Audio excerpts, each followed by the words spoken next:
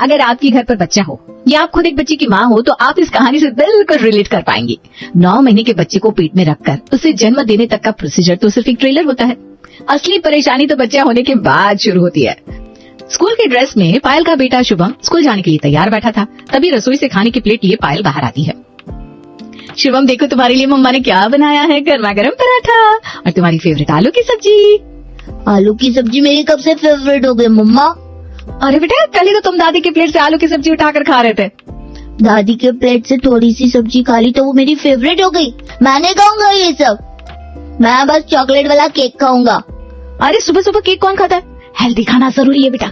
मैं शाम को केक बना दूंगी, ठीक है? चलो अभी ये खा लो। तो फिर मैं अब सीधा शाम को ही खाऊंगा। पापा चलो मुझे स्कूल छोड़ दो।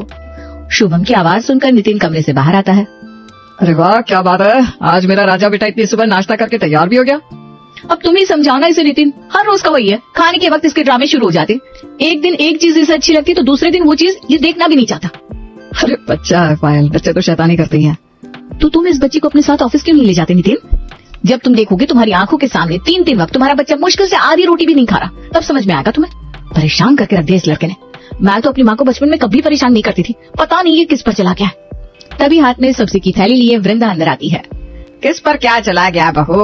एक तो इतनी मन्नतों के बाद भगवान ने एक पोत दिया है, उसे भी भला बुरा कहने से चुकती नहीं। तो शुभम मेरा भी तो बेटा है मम्मी जी, मैं भला बुरा नहीं कह रही उसे, मैं भी एक माँ हूँ। अगर मेरा बच्चा खाने में आनाकानी करेगा तो मुझे तो दुख होगा ही ना। मैं थोड़ी ना चाहूंगी उसकी तबीयत बिगड़ जाए। सिर्फ मैदा खाना है इसे, बर्गर पिज्जा करता रहता है। अगर वो भी किसी दिन लाकर दे दिया तो अगली बार से वो भी नहीं चाहिए इसे। अरे बहू, बच्चे तो ऐसे ही होते हैं, इस उम्र में ये सब होना नॉर्मल है। और अभी बदमाशी नहीं करेंगे तो क्या तेरी मेरी उम्र में करेंगे? अपनी जिद में शुभम को अपने घर वालों का साथ भी मिल जाता है, इसलिए वो नाश्ता भी नहीं करता और सिर्फ टिफिन लेकर स्कूल चला जाता है। कुड़ती हुई पायल रसोई में चली आती है और अपनी माँ सुगंधा को फोन लगाती है। कोई बात नहीं बेटा, ऐसा होता है। बचपन में तूने भी मुझे कम नहीं बताया अपने पीछे, अब दौड़ अपने लाडले के पीछे। ये सही है मम्मी, मेरा हवाला देकर शुभम को बिगाड़ लो तुम। अरे मैं तो लड़की थी, मेरे ऊपर पापा का प्रेशर भी था। आज खाने को लेकर बदमाशी कर रहा है, कल दूसरी चीजों को लेकर जिद करेगा। मैं तो इस लड़की को सुधार कर ही रहूंगी। देख बेटा, मानना मत उसे। कुछ दिन की बात है, यही जब 7 साल से 12-13 साल की उम्र होती है ना, तो बच्चा खाने में नखरा करना बंद कर देता है। धीरे धीरे खुद समझ जाता है। पहले तो तुम कहती थी मम्मी बस 9 महीने की बात है, एक बार बच्चा हो जाए फिर टेंशन फ्री हो जाओगी। फिर बच्चा हो गया तो बस 2 साल का कर दे पायल, उसके बाद तो निश्चिंत है। अभी तो तेरे दूध पर निर्भर है ना। फिर खुद ही घुटनों से चल चलकर यहाँ वहाँ डोलने लगेगा। फिर जब ये घुटनों से चलकर पैरों पर आ गया तो इस बात की टेंशन हो गई कोई ये गिर ना जाए। अब जब ये साइकिल चलाने लगा है तब और टेंशन। माँ बनना ही टेंशन की बात है बेटा। एक बार माँ बन जाओ, उसके बाद मरते दम तक बच्चे की टेंशन लगी रहती है। और बच्चा कितना भी बड़ा हो जाए, माँ के लिए तो बच्चा ही रहता है। ज्यादा फिक्र ना कर। शुभम को ना हंसी मजाक में खेल खिलौने की बातें करते हुए खाना खिला देना, देखना फट से खा लेगा। पायल के पास अपनी माँ की बात को मानने के अलावा कोई और ऑप्शन नहीं था। दोपहर को शुभम स्कूल से आता है और पायल सबसे पहले बैग खोलकर उसकी टिफिन देखती है, जो कि पूरी की पूरी भरी हुई थी। आज फिर तूने टिफिन नहीं खाया? चल खाने पर बैठ। आज नहीं खाना तो तुझे मार पीट कर दाल चावल खिलाकर रहूंगी मैं। मेरा पेट भरा हुआ है, मैं दिव्यांश के साथ खेलने जा रहा हूँ, बाय। बताओ, मुझे भूखे पेट खेलने चला गया, कहीं चक्कर वक्कर ना आ जाए इसे। लगता है मम्मी का आइडिया ही अपनाना पड़ेगा। और पायल बाजार से रेडियम के स्टार, गैलेक्सी और बहुत अलग अलग तरह के खिलौने के स्टिकर लाकर अपने कमरे को डेकोरेट कर लेती है। ये ठीक है, अगर शुभम को बताऊंगी नहीं कि उसे मैं क्या खिला रही हूँ तो कोई प्रॉब्लम नहीं होगी। अंधेरे कमरे में जब उसका ध्यान तारों की दुनिया पर रहेगा तब फट से उसे खाना खिला दूंगी। आज जब शाम को थक हार कर शुभम घर पहुँचता है तो पायल अलग ही तरह से उसका स्वागत करती है। बड़ी हवेली में आपका स्वागत है राजकुमार, अंदर एक जादुई कमरा आपका इंतजार कर रहा है। वो तो ठीक है मम्मी, पर आप क्या खा रही हो? दादी चाय और मिक्सचर खा रही हो, मैं भी यही खाऊंगा।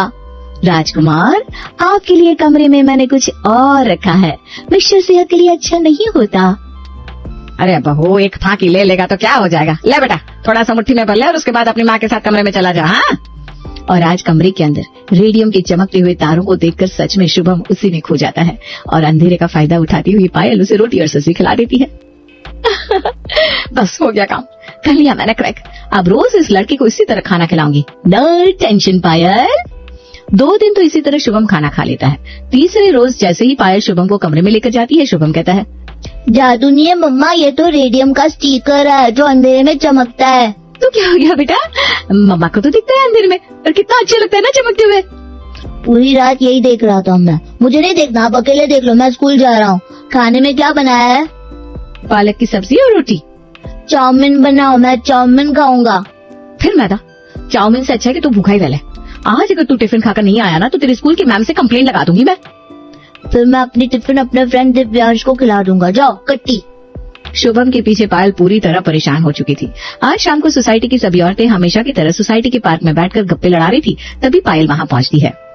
पायल कहाँ है? तू आजकल दिखती नहीं, कितने दिनों बाद आई है तू पार्क में। अरे जीना हराम हो गया यार नेहा मेरा इस बच्चे के पीछे। शुभम कुछ खाता ही नहीं, मुझे कुछ समझ में नहीं आ रहा। डॉक्टर के पास ले जाऊं कैसे? शुभम नहीं खाता मैं मान नहीं सकती। मेरे घर पर तो वो रोज खाकर जाता है और वो भी अच्छी से। इनफैक्ट दिव्यांश का टिफिन स्कूल में रोज तुम्हारा बेटा ही खाकर चट करता है, इसीलिए आज से मैंने दिव्यांश को 2 टिफिन देने शुरू कर दिए हैं। बताओ, दिव्यांश के साथ खा लेता है, मेरे पास नखरे करता है।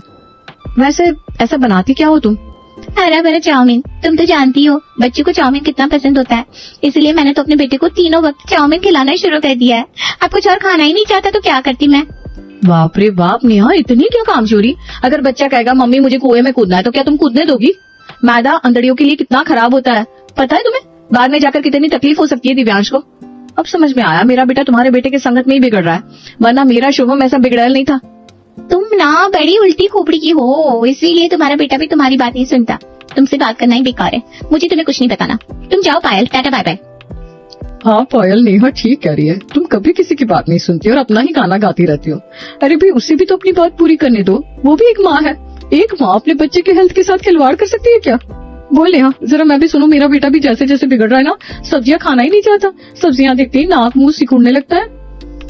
हरा भरा चाउमीन मैं बनाती हूँ पत्ता गोभी से। लंबी लंबी पत्ता गोभी काटती हूँ, उसे अच्छी तरह से फ्राई कर लेती हूँ जिससे वो आपस में चिपकती नहीं। उसके बाद सारी हरी सब्जियां जैसे कि स्प्रिंग अनियन, गाजर, शिमला मिर्च, पालक, बीन्स, ब्रोकली, लहसुन, प्याज एक तरफ काट कर रख लेती हूँ। थोड़े से तेल में इन सभी को मिलाकर अच्छे से पकाना है और ऊपर से red chilli sauce, green chilli sauce, soya sauce और थोड़े तिल के दाने भी डाल देती हूँ और ऐसे तैयार हो जाता है हरा भरा चाउमीन। अब तू बता, इससे हेल्दी कुछ और हो सकता है क्या?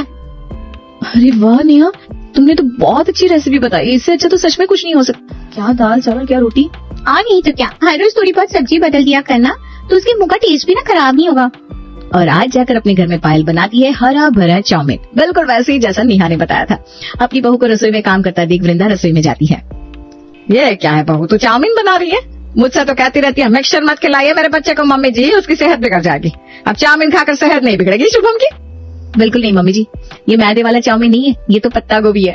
पत्ता गोभी को फ्राई करके चाउमीन बनाया मैंने। इतनी तरह की सब्जियां हैं इसमें, एक बार में ही शुभम को हर तरह के विटामिन मिनरल्स मिल जाएंगे। बस अब इसका स्वाद बिल्कुल नेहा की चाउमीन जैसा हो, वरना अगर शुभम को शक हो गया तो फिर यहाँ से भी गई मैं। नहीं, अगर तू ऐसे शुभम को डायरेक्ट जाकर चाउमीन देगी तो उसे शक हो जाएगा। एक काम कर, थोड़ा चाउमीन अपने प्लेट में ले ले, थोड़ा मुझे दे दे। हम दोनों को खाते दिखेगा ना तो खुद ही आ जाएगा। हॉल में टीवी चालू करने के बाद दोनों सास बहू है हरा भरा चाउमीन लेकर खाने बैठ जाती है। वाह मम्मी जी, ये क्या रेसिपी बताई आपने, मजा आ गया। ये हरा भरा चाउमीन तो इतना टेस्टी है, मन करता है कढ़ाई में बची हुई सारी चाउमीन मैं ही खा जाऊं। अरे बिल्कुल भी नहीं, पहले तूने इतनी चाउमीन ले ली है, फिर मेरा नितिन क्या खाएगा? अब क्या खा रही हो दादी, मुझे भी टेस्ट करना है। अब बिल्कुल नहीं शुभम, चाउमीन सेहत के लिए अच्छी नहीं होती है, मैंने बताया ना तुम्हें। और हमेशा की तरह शुभम वही करता है जिसके लिए पायल उसे मना करती है। कितना टेस्टी है ये मम्मा, अब तो मैं सिर्फ यही खाऊंगा। आपको पता है बिल्कुल ऐसा ही नूडल्स दिव्यांश भी अपने टिफिन में लेकर आता है। मम्मी जी देखिए ना, ये कैसे जिद कर रहा है। मैदा खाएगा तो तबीयत बिगड़ जाएगी ना इसकी। तेरा बनाया हुआ खाना तो मेरा लल्ला खाना ही नहीं चाहता। अब अगर इसे चाउमीन अच्छी लग रही है तो खाने देना चाउमीन, अगर तबीयत बिगड़ेगी तो मैं समझ लूंगी, तुझे फिक्र करने की जरूरत नहीं है। दोनों सास बहू इतनी अच्छी एक्टिंग करती है कि शुभम को जरा भी शक नहीं होता और वो पेट भर के हरा भरा चाउमीन यानी कि सब्जियों की प्लेट खा लेता है। 2 घंटे बाद पायल सभी के लिए चाय की तैयारी करने किचन में जाती है तो उसके पीछे पीछे शुभम भी किचन में आ जाता है। तू यहाँ आ गया? आज खेलने नहीं जाना क्या तुझे? खेलना है मम्मी, पर उसके पहले मुझे वो हरा भरा चाउमीन खाना है, प्लीज बना दो ना। अगर ये रसोई में ही खड़ा रहेगा तो मेरा भांडा फूट जाएगा। तू देख रहा है ना बेटा, अभी मैं दादी के लिए चाय बना रही हूँ। एक बार सभी चाय पी ले, उसके बाद तेरे लिए चाउमीन बना दूंगी। तब तक तू आराम से बाहर खेल। जैसे ही चाउमीन बनती है मैं तुझे बुला लूंगी। सभी को चाय देने के बाद पायल फौरन शुभम के लिए हरा भरा चाउमीन बनाने की तैयारी में लग जाती है। वो जैसे ही चाउमीन बनाकर रसोई से बाहर आती है, नितिन दरवाजे से अंदर आता है। दुकान पर ग्राहक ही नहीं थी और पापा तो थे ही, तो मैं घर आ गया। वैसे क्या बनाया है तुमने, खुशबू तो अच्छी आ रही है। ये तो पत्ता क्या? तुम्हें क्या पता ये क्या है? ये हरा भरा चाउमीन है, मैंने अपने बेटे शुभम के लिए बनाया है। क्यों शुभम? हाँ पापा, आप खाकर देखो, बहुत टेस्टी लगती है। पायल आंखों ही आंखों में नितिन को इशारा करती है। नितिन समझ जाता है। हे भगवान, बाल बाल बची।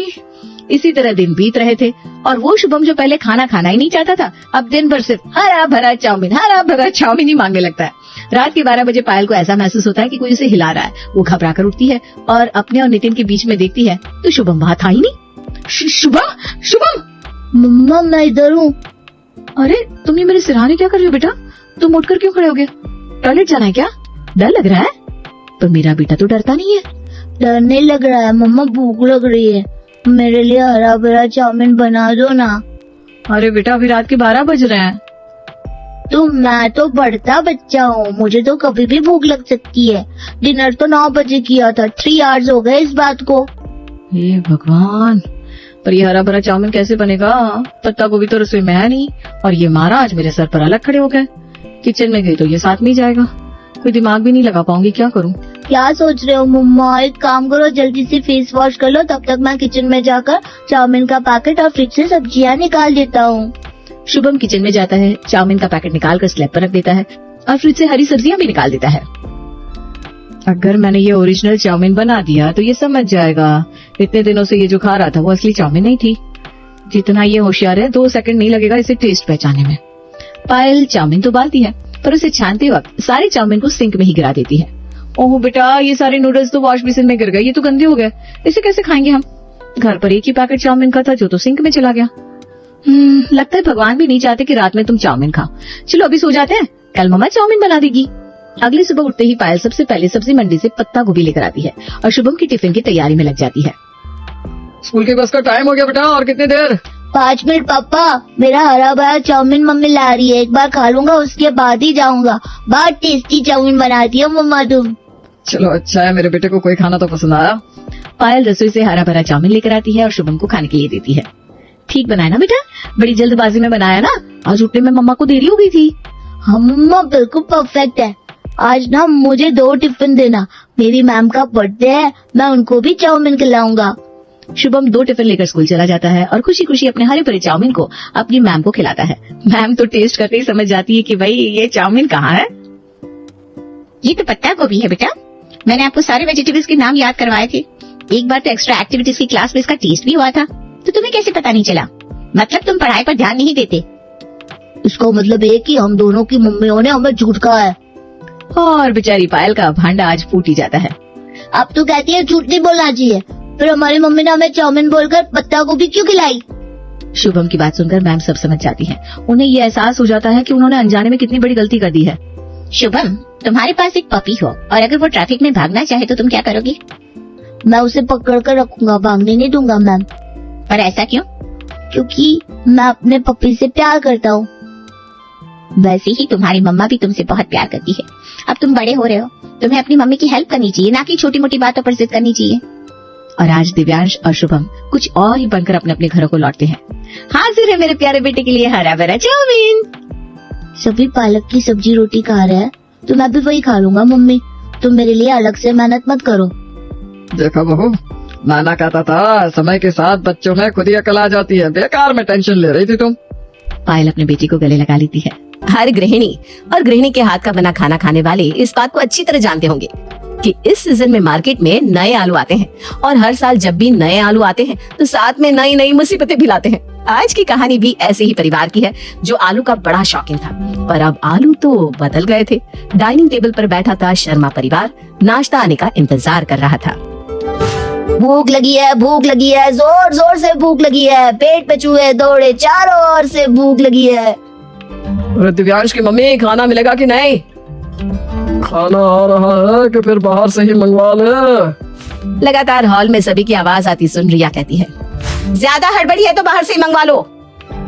सही कह रही है भाभी, जिनको हड़बड़ी है बाहर से मंगवा लो, मुझे तो कोई जल्दी नहीं है। भाभी मेरे कॉलेज में अभी भी 2 घंटे बाकी है, मैं तो यहीं बैठी हूँ, मेरे आलू के पराठे ला दो। आज ज्यादा ही देर नहीं करती बहू ने? कहाँ रोज 8:30 बजे तक नाश्ता तैयार हो जाता था और कहाँ आज 10 बजे तक कुकर की सीटी ही लग रही है। लगता है मम्मी किचन में फूड ब्लॉग बना रही है। और फिर रसोई से एक और सीटी की आवाज आती है। ये कौन से आलू को सीटी लगा रही है बहू? 8वीं सीटी लगा दी, इतने में तो लोहा भी सीज जाए। इतनी सीटियां लगाएगी तो आलू ज्यादा उबल कर खराब हो जाएंगे। तभी हाथ में एक प्लेट में फ्रेंच फ्राइज लेकर रिया किचन से बाहर आती है। यहाँ बैठकर सभी ज्ञान दे रहे हैं, पर किचन में आकर मेरी मदद कोई नहीं करना चाह रहा।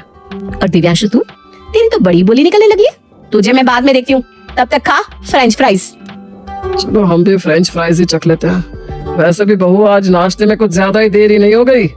वो तो होगी ना पापा जी, जो आलू मार्केट में आ रहे हैं वो नए आलू हैं। उनको उबलने में इतना वक्त लग रहा है कि क्या बताऊं। इतनी बार सीटी लगा दी पर आलू कच्चे के कच्चे ही हैं। तभी दिव्यांश कहता है, मम्मी ये कैसा फ्रेंच फ्राइज है, इसमें तो कोई स्वाद ही नहीं है, ये तो रबर की तरह लग रहा है। रुक मैं चख कर देखती हूँ। अरे हाँ बहू, दिव्यांश बिल्कुल सही कह रहा है। ये क्या दे दिया तूने इसे? छोड़ बेटा, मैं तेरे लिए कुछ अच्छा बना देती हूँ। नए आलू में स्वाद कहाँ आता है मम्मी जी, इसमें मैं क्या करूँ? इसे बना बनाया खाना मिल रहा है तो ड्रामे कर रहा है। जैसा भी बनेगा मैं तो खा लूंगा भाई। रिया तू मुझे आलू गोभी की सब्जी दे दे। और फिर एक और सीटी लगाने के बाद रिया सभी को खाना परोसती है।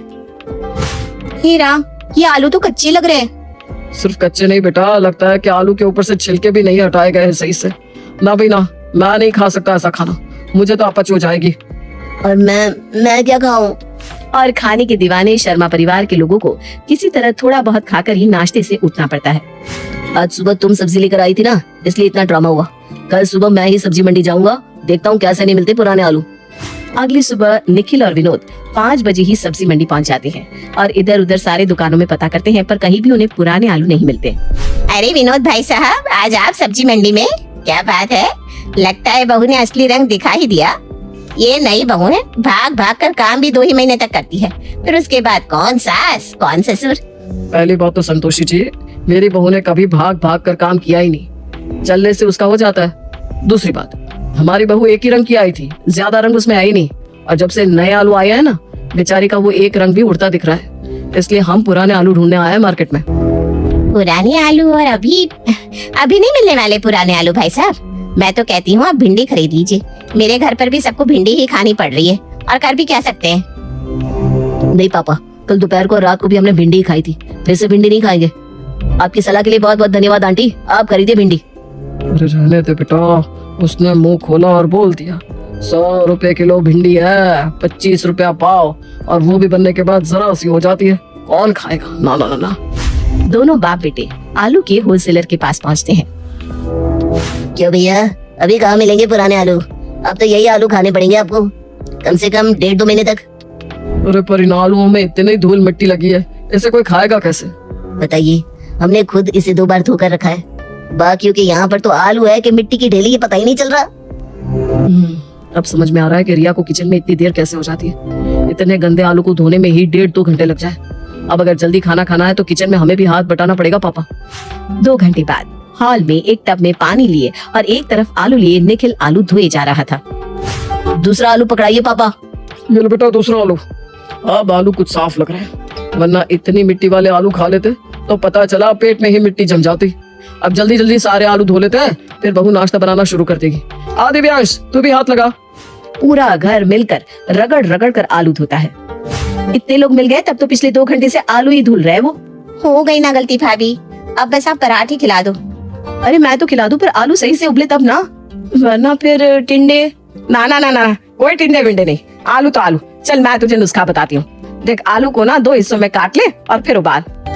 अरे हाँ मम्मी जी, ये तो मैंने सोचा ही नहीं। ठीक है, फिर आप सब नहा धो लीजिए, तब तक नाश्ता बन जाएगा। रिया नाश्ता बनाकर सभी को परोस देती है और खुद बिस्किट लेकर खाने बैठ जाती है। ये क्या बात हुई बहू, तू खुद बिस्किट खा रही है? इतनी मेहनत से सबके लिए तूने नाश्ता बनाया है, खुद नहीं खाएगी? पहले सब खा ले, फिर मैं खाती हूँ मम्मी जी। और जैसे ही निखिल रोटी तोड़कर आलू की सब्जी में डालता है, ये भगवान, ये आलू के छिलके फिर नहीं हटे, ये क्या है रिया? आलू खाकर दिखाओ तुम आलू, आलू कच्ची ही है भैया। क्या भाभी, ऐसे कोई पराठे खाए क्या कच्चे आलू के? नुस्खा मम्मी का था, अब उनको बोलो टिंडे है ला दूं क्या? नहीं। अब पूरा शर्मा परिवार इधर उधर इसी खोजबीन में लग गया था कि कैसे पता करे कि नए आलू जल्दी कैसे उबलते हैं। यहाँ विमला गूगल की मदद ले रही थी तो निखिल मैगजीन की। क्यों मेहनत कर रहे हो आप सब? उबाल के भी कोई फायदा नहीं है इन आलू को। फ्रेंच फ्राइज देख लो कितनी बकवास थी, पराठे भी वैसे ही बनेंगे बुआ।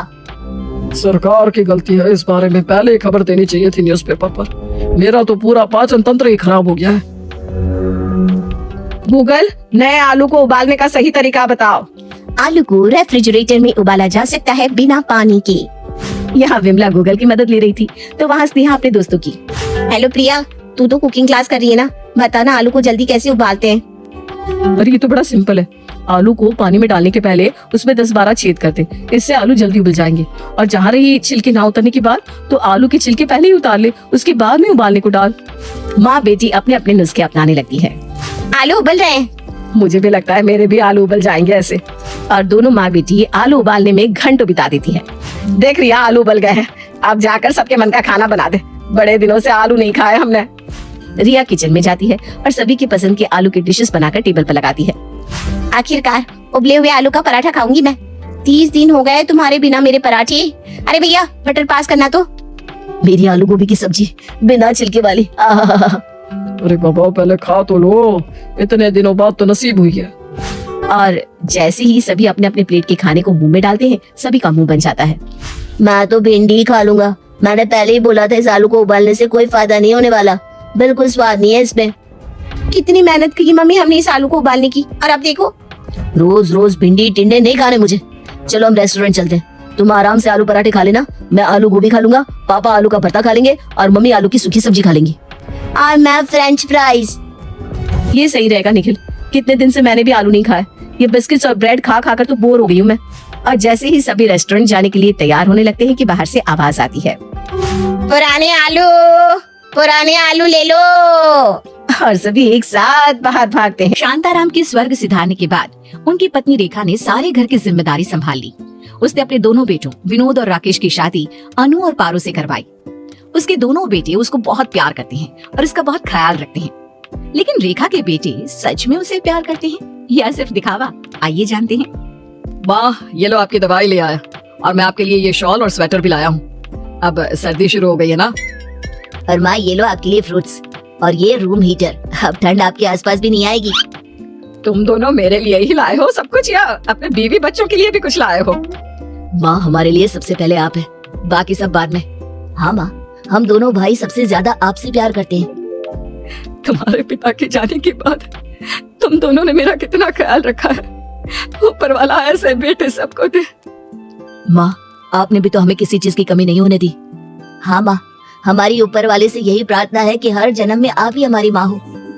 विनोद और राकेश थोड़ी देर अपनी माँ के पास बैठते हैं और अपने कमरे में चले जाते हैं। अगली सुबह रेखा अपने बेटों के पास गई और उन्हें रुपए देते हुए बोली, विनोद बेटा, ये लो 20,000 रुपए। माँ पेंशन आ गई क्या?